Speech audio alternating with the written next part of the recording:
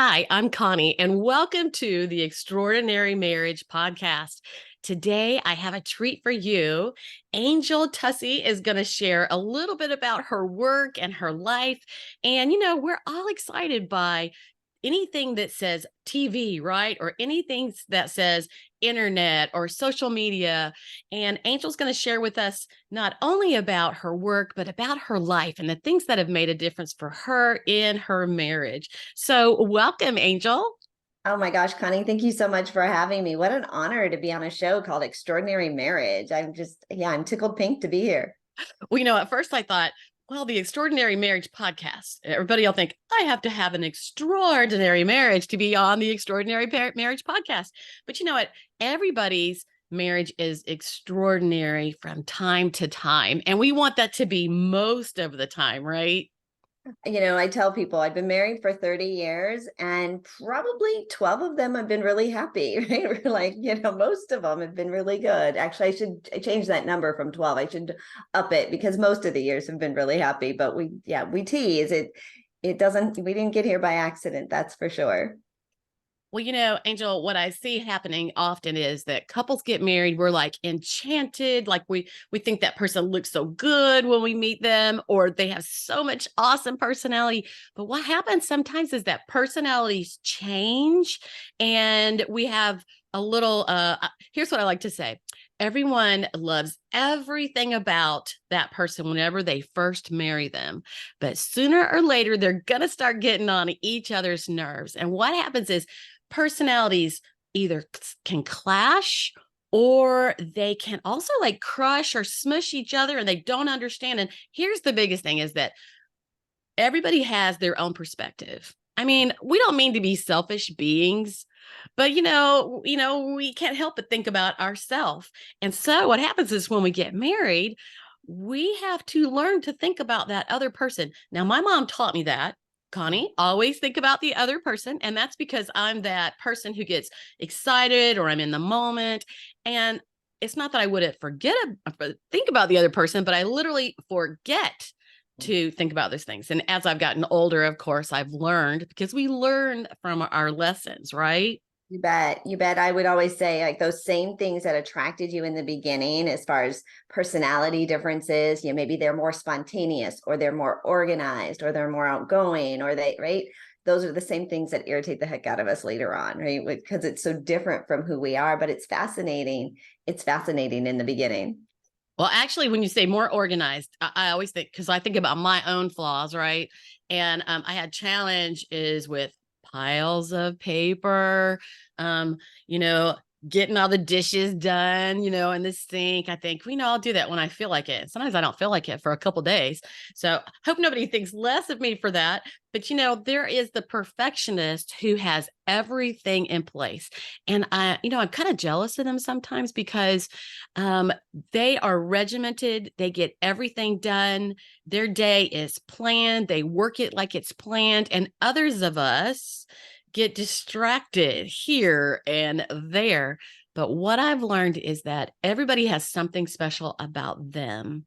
And we tend to focus on the things that we feel are bad about ourselves because we're hard on ourselves instead of focusing on what's working. And I was just talking to somebody yesterday and I call it the lack of. We see the lack of this and the lack of that, what they're not doing, what we want them to do, instead of seeing the abundance. And that's the things that are working. We get blinded by the things that are negative. Negative things get more attention. And that brings me to the fact that you're in media. And that happens a lot, whether it's a commercial or a new show on TV or a radio thing. So often they start out with that attention grabbing, crazy negative thing. But I want you today to tell us a little bit about, kind of who you are, your family, and what you do for your business, because that leads right into your story. Oh, that would be wonderful. You're right. In media, we always say if it bleeds, it leads, right? It's always about sensationalism, and it is a lot of drama, right? The car wreck, the train wreck, the accidents. And I don't know why we're so fascinated by that as humans, but we really are. Maybe it just reminds us that somebody's got it worse, right, than we do in our life. Yeah. Yeah, so a couple things I wanted to just address, like you had said, the lack of, I find like when it's a dangerous slippery slope, right? If you start looking at your spouse, or even, I mean, we do it to ourselves, and that's just one thing, but I'll start to notice something about Jay, and I can find like it would be really easy to just focus on the things that irritate me. But that is a dangerous place to be as a couple, right? And so really stopping myself and reminding myself of the good things and the things I do love. And so I'll get into that a little bit later, but I'm a media PR specialist. My folks, my friends, and my clients all call me a media matchmaker. And I think that just means I like bringing people together. I like being a connector, building relationships, building community. People and friendships are really important to me. And so I think even as a young girl, I was just always the one that brought people together, right? I remember a New Year's Eve where I had to pick, right, which family I was going to babysit for New Year's Eve. And Wow. as a teenager, like this is an important decision. It's a big night for money, right? Do you go with the family that you really love, but maybe they don't pay as well, or do you go with the family that is going to be out all night and they're going to pay you more, but maybe the kids are a little tougher, right? I mean, this is a big decision Strategist. right? So I had decided rather than pick one, I would babysit all of them, and decided that we would just bring them all to my house. They'd have their sleeping bags and we'd have a whole New Year's Eve party. And I just babysat for everybody. And so I've always been a one to many girl, right? Rather than just pick one, let's do many. And ending up in podcasting and broadcasting was very similar to that. Rather than go and do one-on-one sales calls and one-on-one meetings and one-on-one all of growing my company, how can I get in front of many? So we started doing seminars, we started doing workshops where it was really uncommon for that to be everybody's doing one-on-ones, right? Trading cards, doing one-on-one messaging, one-on-one LinkedIn, like phone calls, like coffee meetings. And I decided I would start doing workshops. I actually called them in the beginning my non-dinner dinner parties. Did your family ever do dinner parties? Like it was like so old fashioned, right? To have these dinner parties with 12 people, and everybody's that boy, girl. So I wasn't around. I couldn't really pull off a dinner party, but people kept asking to have coffee, right? Let's have coffee. You're popular. They could Right? trust you. That's why. If you got all those babysitting jobs, they could trust you. Yeah. So later on, right, when I'm growing my business and I'm having all these coffee meetings, decided I can't just keep drinking coffee and having one-on-one meetings all the time. It's just not a productive business model. And so we ended up, I'd have had coffee with you, Connie, and then Patsy'd come along and say, hey, do you want to have coffee this week? And I'd say, I'm already having coffee with Connie. Why don't you join us? And I would just start to stack up my coffee meetings until, we had 4, 5, 6 people. And then as they grew, they turned into webinars, or not webinars, workshops and seminars. And then that grew into a networking event. And I started hosting a podcast and bringing people on so we could share their story with even more people. And my podcast got discovered by the local radio station, Mm. invited me to become a radio talk show host. I'd never been in broadcasting. I had a fear of public speaking. I could do the coffee meetings, right, where you're sitting around a table, and even small workshops in a conference room, but I really had a fear of public speaking. I almost didn't graduate high school because I couldn't pass my public speaking class, but my teacher gave me a D because I showed up. I embarrassed the heck out of myself, and so a D for effort, and I was allowed to graduate. So here I am being invited to be a radio talk show host. And I'll tell you, Connie, my very first day in the studio, I took my headphones off after that first broadcast, and I said, this is what I want to do.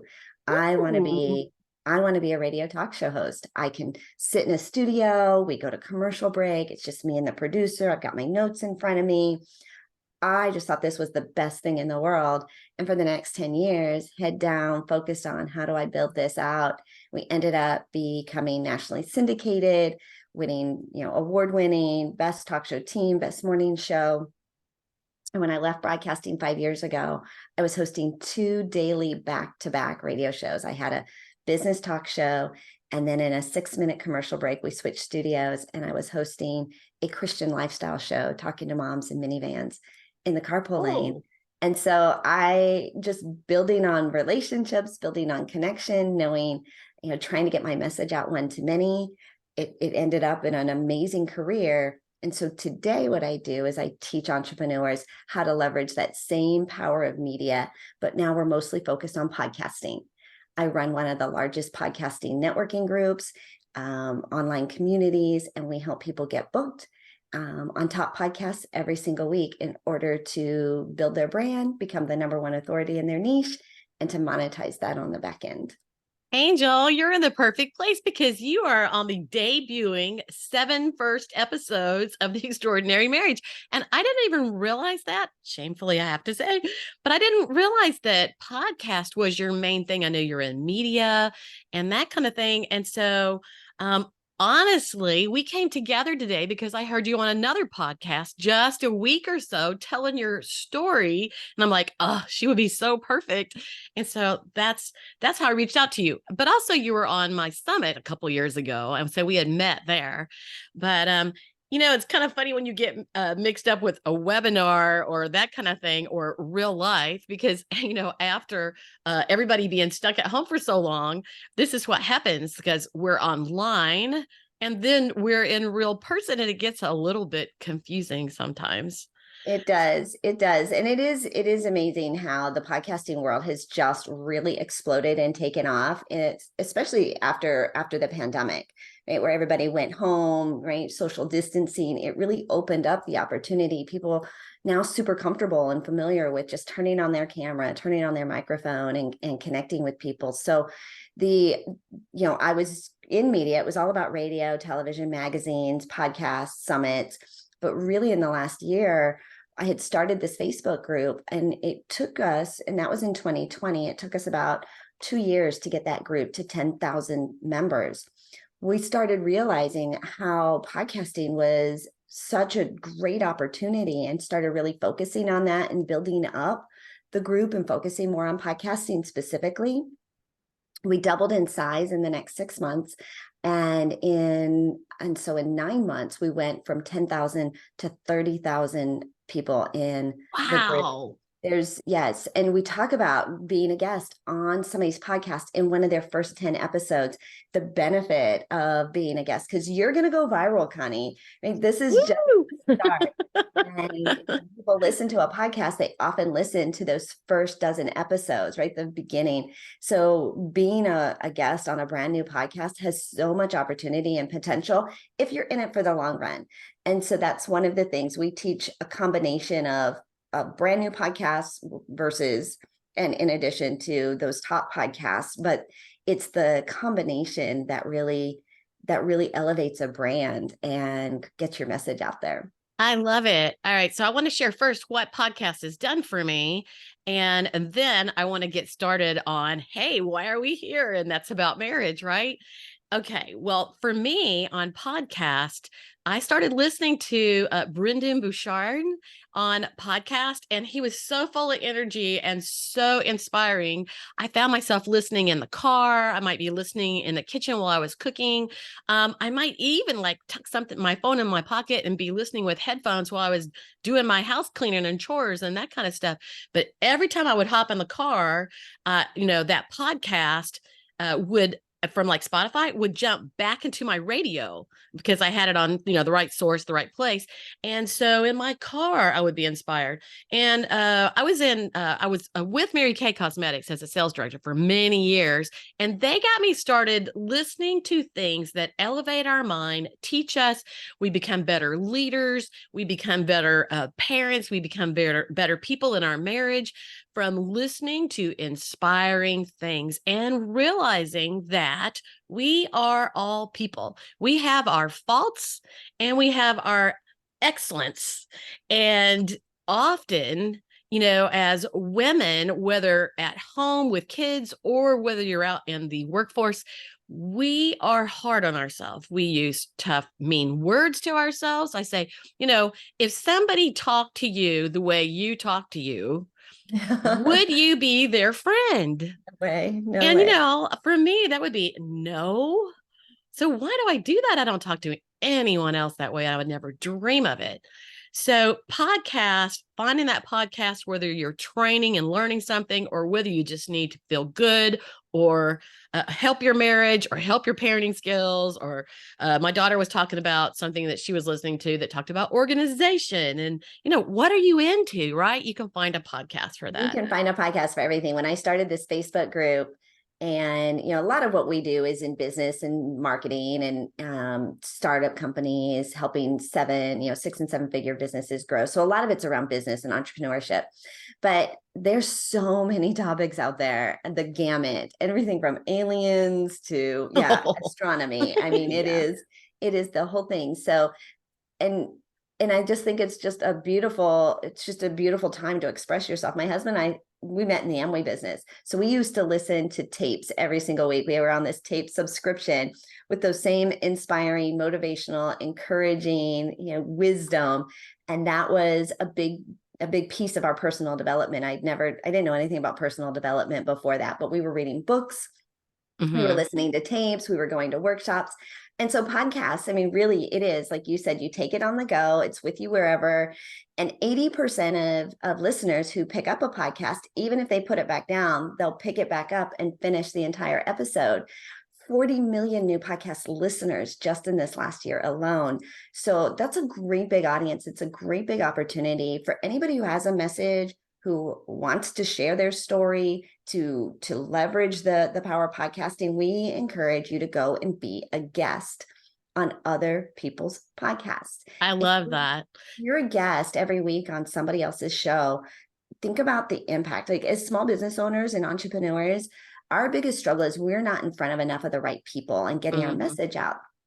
And podcasting really opens that door. They're easy to find. They're easy to get booked on. There's so many opportunities, and there's the audience that listens is a really rich market for anything that you really want to offer and sell at the end of it. So we put all our eggs in that basket. About 6 months ago, we launched a brand new program. I work from home. My husband's retired. So it's a really exciting time to You're too really. young for that. Oh, I love Yeah, you that. I are. love that. Thank you. Thank you. We've spent all this weekend, you're talking about extraordinary marriages. This, particular month, we're in September 2023 when this is being recorded. Every single weekend we have had a wedding. Every single weekend this month. We had 2 nieces. We had, let's see, it was Alex, it was Katie, it was Ryan, a nephew, and Jeff's, and a friend. So every single weekend. So I'm loving that people are getting married, right? They're dedicating their lives to their partner, which is really beautiful, because I feel like I haven't gone to a wedding in years. But we are now the old couple we're the old aunt and uncle at these weddings, Connie. And it's kind of funny to be in that next generation of tier when you're going to your nieces and nephews' weddings. Well, for me, we learn through lifetime. Either we keep making the same mistakes over and over and over. Somebody I was sitting by the other night said, I mentioned the extraordinary marriage, and they said, "Oh yeah, well, it took me 3 times, but I got it right now." Oh, ow. So whenever I hear about people getting married, I think they need to talk to me. I need to do, I focus on marriages, people who are already married, but really people need to learn the stuff that I teach before they get married so they can understand. But they still won't understand until they actually step into those shoes, and go there, right? Right. I mean, and like you said in the beginning, we're in love. It's fascinating. It's all new and exciting.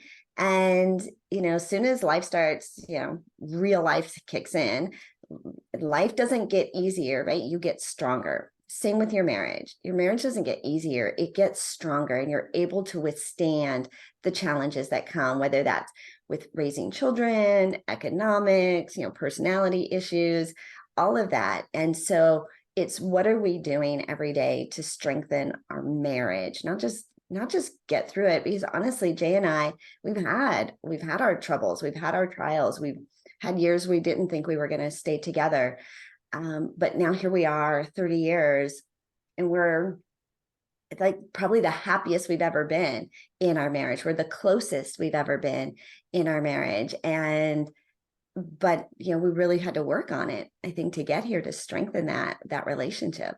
Well, I hear the word that we had to work on it, and that we stuck to it. And this is something what happens these days. People, uh, whatever we practice and we do is really who we are.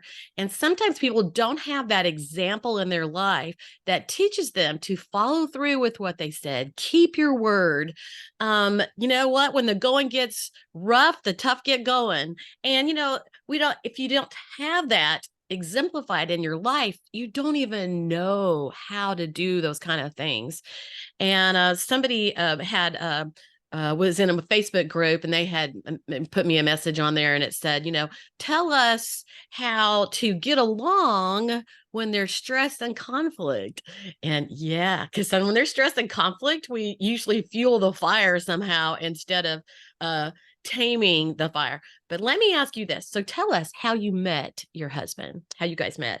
How did I meet Jay? So Jay and I met at well, we kind of had a couple different things kind of grab us and pull us together. We had both been invited to an Amway meeting.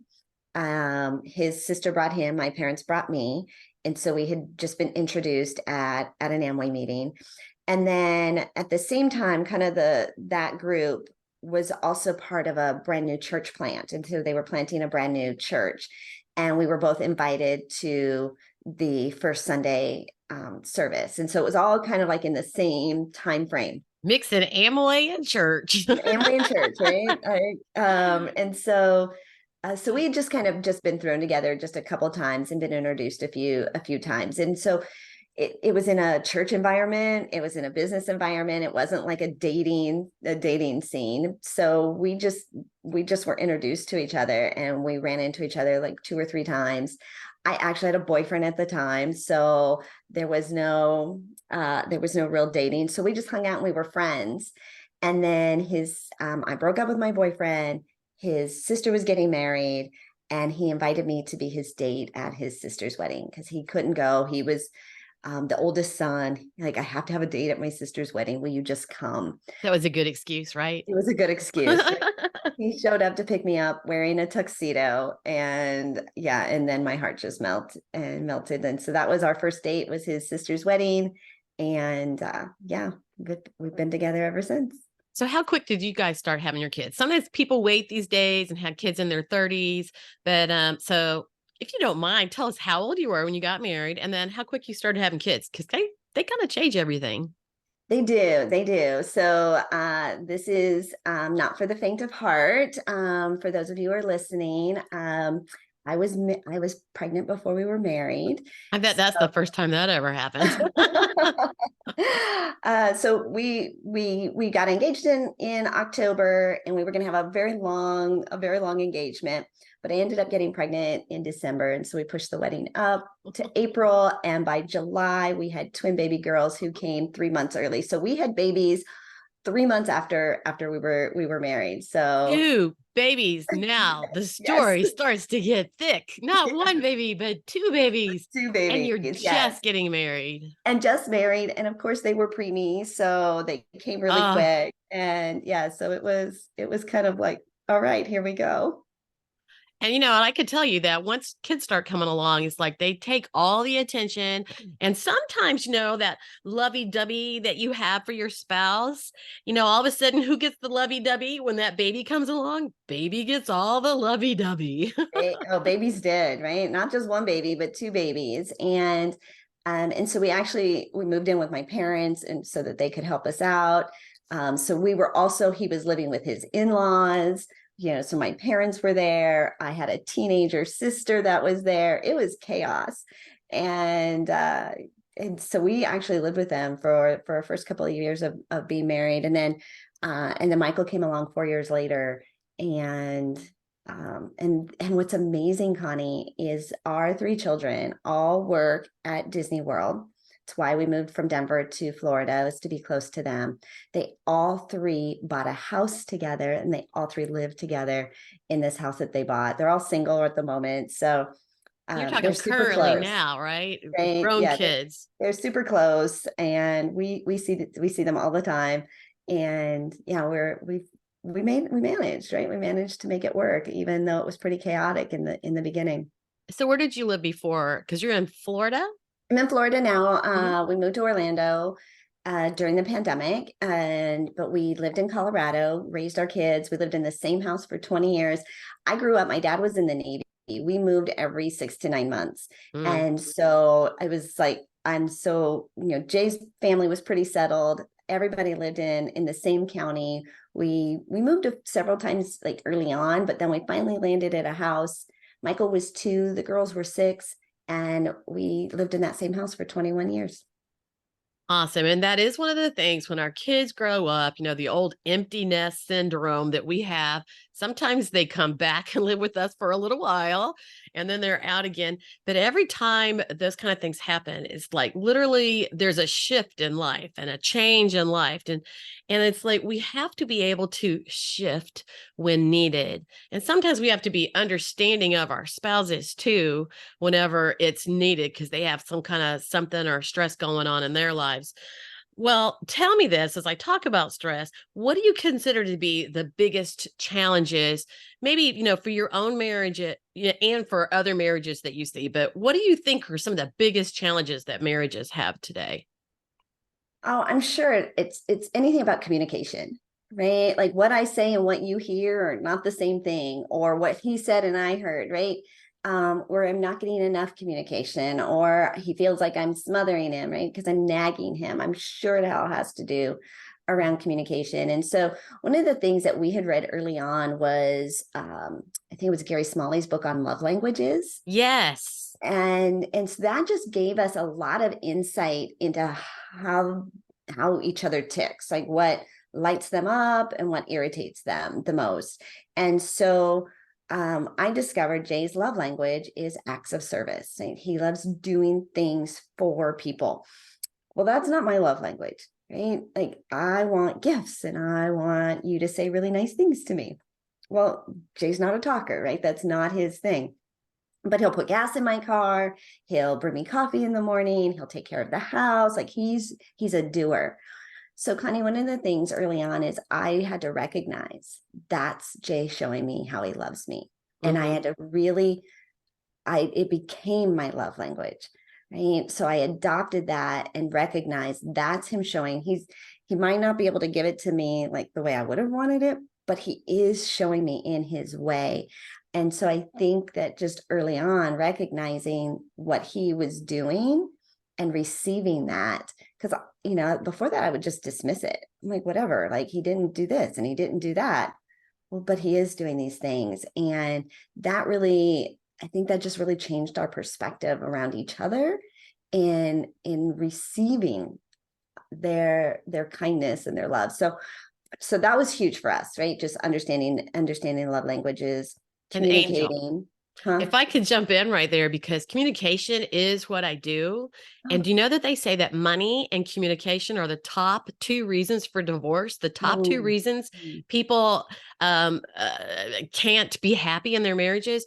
And I would say that when people start to understand just what you're talking about, their differences and how we perceive things differently, that literally some of the money problems, because you start to be able to work better together when you understand their why and their what. And I was talking to somebody the other day and literally they tended to ask their husband questions. Well, my husband is also a service oriented person, but he doesn't like me to ask questions. I ask questions so that I can clarify things. I'm not asking them in a way of, what's this and what's the, but I'm just asking so I can clarify things. But he hates questions. And it is getting to know each other in those communication things, like you said, because when he was doing it, your husband was doing acts of service. If you didn't say, wow, honey, thank you, and this was an important to him, he's thinking, she doesn't appreciate me, like, we get all wimpy when it comes to love, right? We get wimpy. So communication is so important. But when we communicate different, sometimes we smash each other yeah. and we kill the joy for each other. We don't mean to, but that's what happens. So, all right. So communication, you can Yeah, go ahead. communication and the money thing. I mean, when we were first married, we were broke, right? We came in with lots of debt. He had his, I had mine. Together we created it. and yeah, we struggled financially. And I think that could have really been a breaking point for us as well. We had a ton of support with our family and our church. And you know, we were in the Amway business, which taught us about being entrepreneurs. It taught us about being debt free, residual income, you know, some of the basics and fundamentals for financial success and legacy that we just didn't have any history of.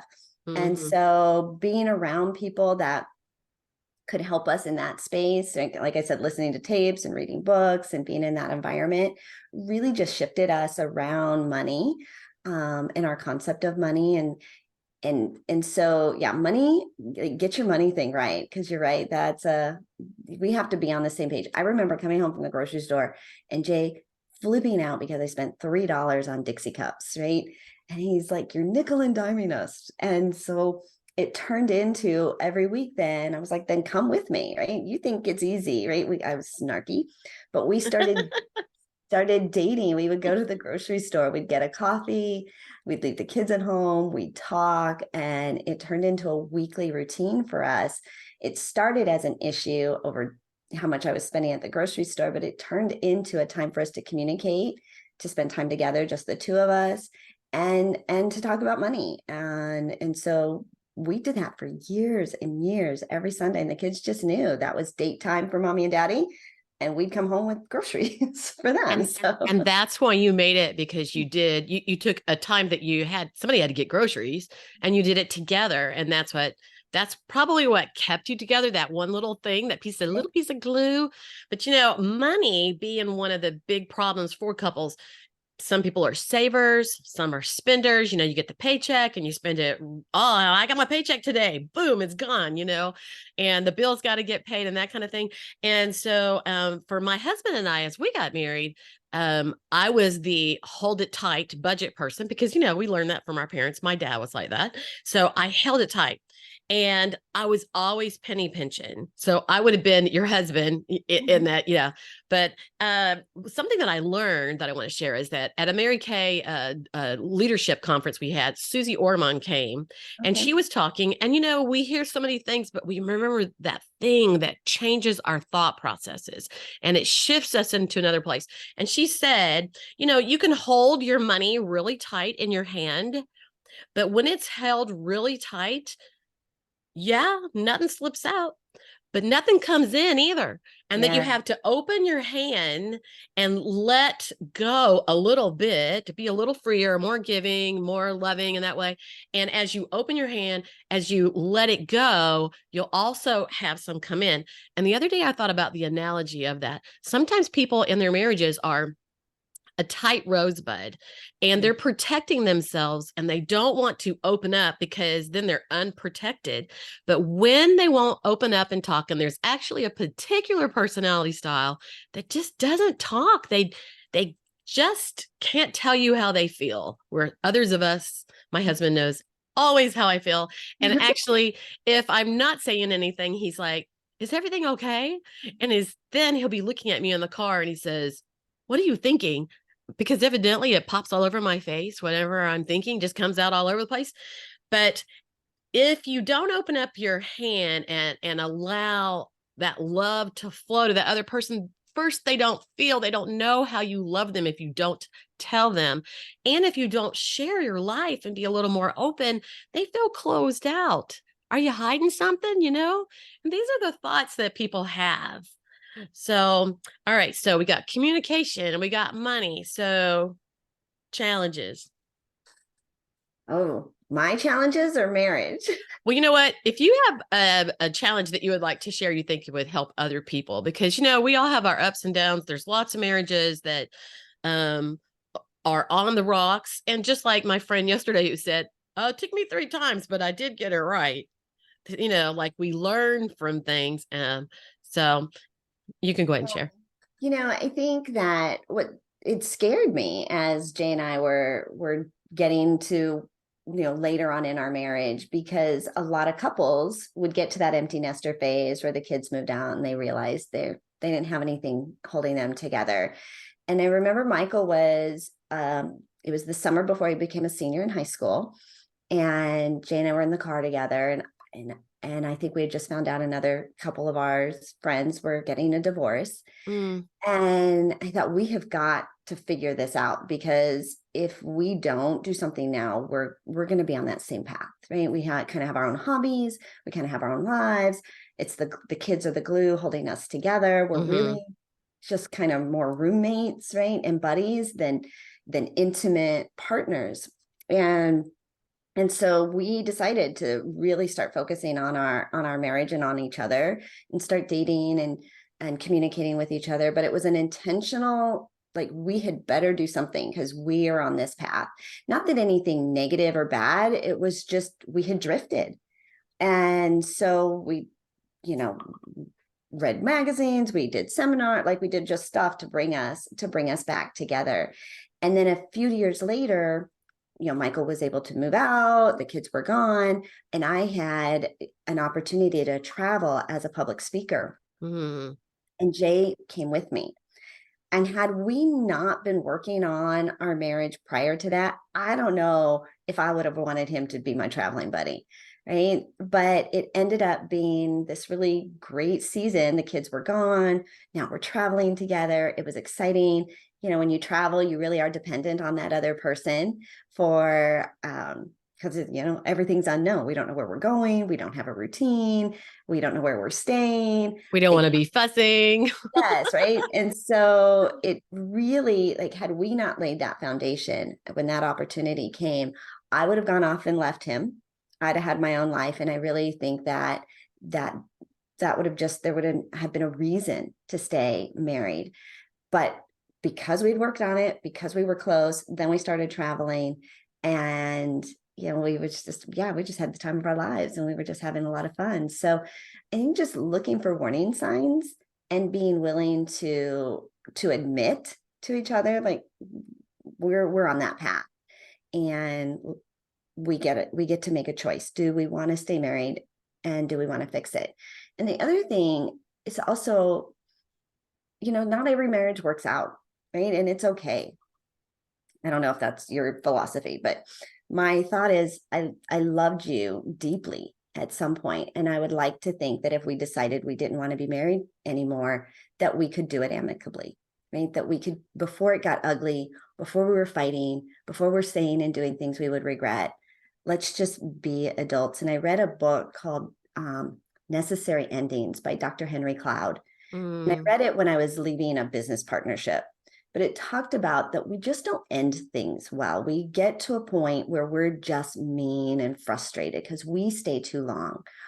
And while I would love to say that every marriage, right, happily ever after till death do us part, but rather than get to a place where you're just mean and feisty, if you just know that, like, make a decision. Do I want to stay with you? And if so, fix it. And if not, then let's just be adults and Be go nice. out of it lovingly. Because remember, like, yeah, he's the love of my life, and at some point he was. And if he's not anymore, it's your fault, right? Like you decided that, and it's a two-way street. Not one person gets to the end of a marriage. You guys got there together.